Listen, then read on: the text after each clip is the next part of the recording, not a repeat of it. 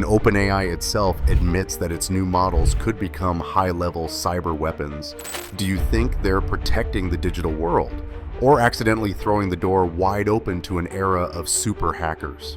Stay until the end of this video to unpack what high cybersecurity risk really means when OpenAI says it, why the new models from GPT-5 to GPT-5.1 Codex Max are making security experts nervous, what guardrails OpenAI is building to keep AI from turning into an attack tool, and what all of this means for you as a user, a developer, or a business.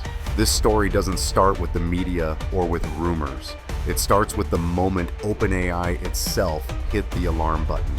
On December 10th, OpenAI announced in a blog post and a report that the cyber capabilities of frontier AI models are rising rapidly. They said upcoming models are likely to reach a high level of cybersecurity risk under their own preparedness framework. High is not just a throwaway word. In that framework, it is the risk level right below critical, the point where a model would be considered unsafe to release to the public.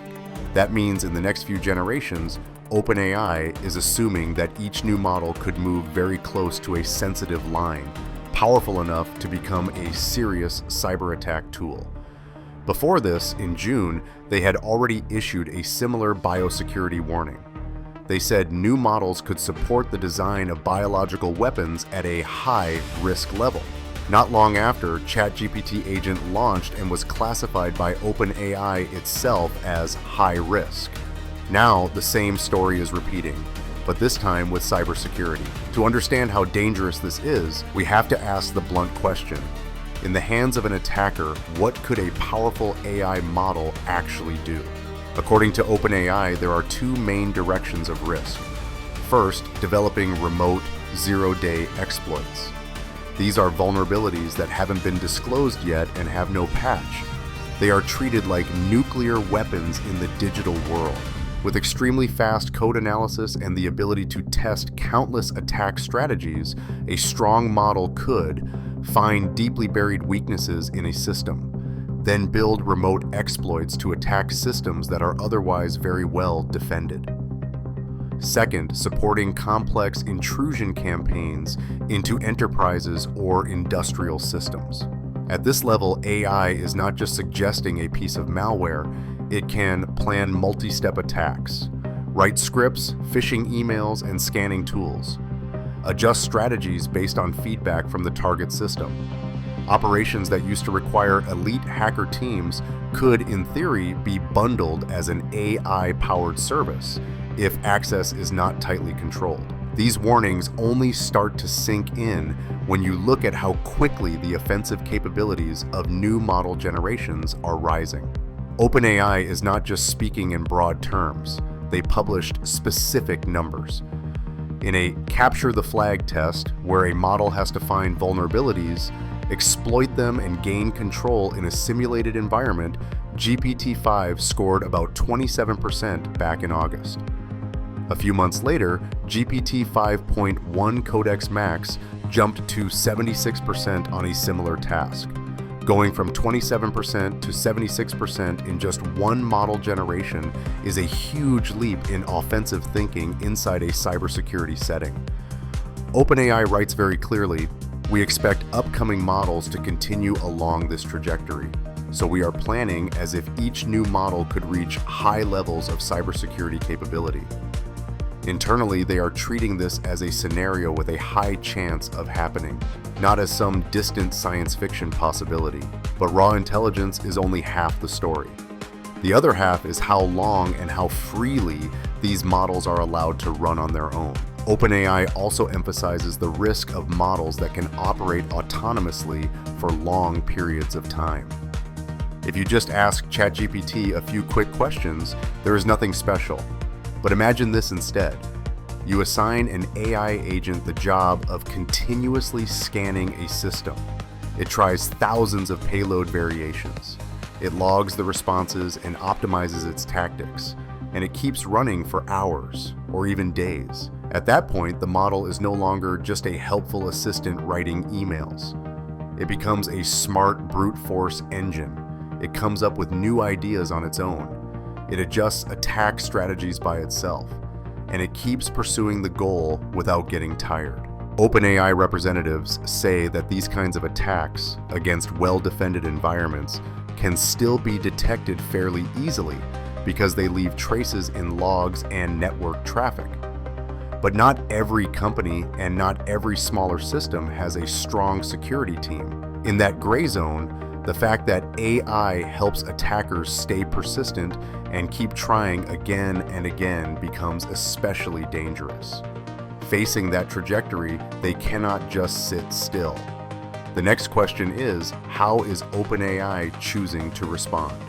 OpenAI has announced a series of defensive measures, both technical and organizational. On the technical side, they are strengthening access controls, deciding who can use which model and to what extent, hardening their infrastructure, protecting the systems that run the models themselves, controlling data going out, egress controls, limiting the model's ability to output attack instructions, malware, or sensitive information, stepping up monitoring, tracking how users, especially autonomous agents, interact with the system. At the same time, they say they are investing heavily in the defensive side of the models, training models to do better code audits, automatically detect vulnerabilities, suggest safe patches. One example is Aardvark, a tool in private testing that lets developers use AI to find bugs in their products. According to OpenAI, Aardvark has already helped identify several serious vulnerabilities during testing. And clearly, this is no longer just one company's game. The entire industry is being pushed into a new race to control risk. OpenAI also knows this is not a problem they can solve alone. They mentioned the Frontier Model Forum, a collaboration group between major labs to share information about risks. They also announced a new Frontier Risk Council, an advisory council of experienced cybersecurity experts working closely with their internal teams. At first, this group will focus on cybersecurity risks. Over time, it will expand to other frontier areas, places where models might reach very high and very unpredictable capability levels. And it's not only OpenAI's models that are getting stronger. Top models from other developers are also getting better at finding vulnerabilities and automating attack workflows. In other words, this is a digital arms race. The more powerful AI becomes, the more potent its offensive abilities.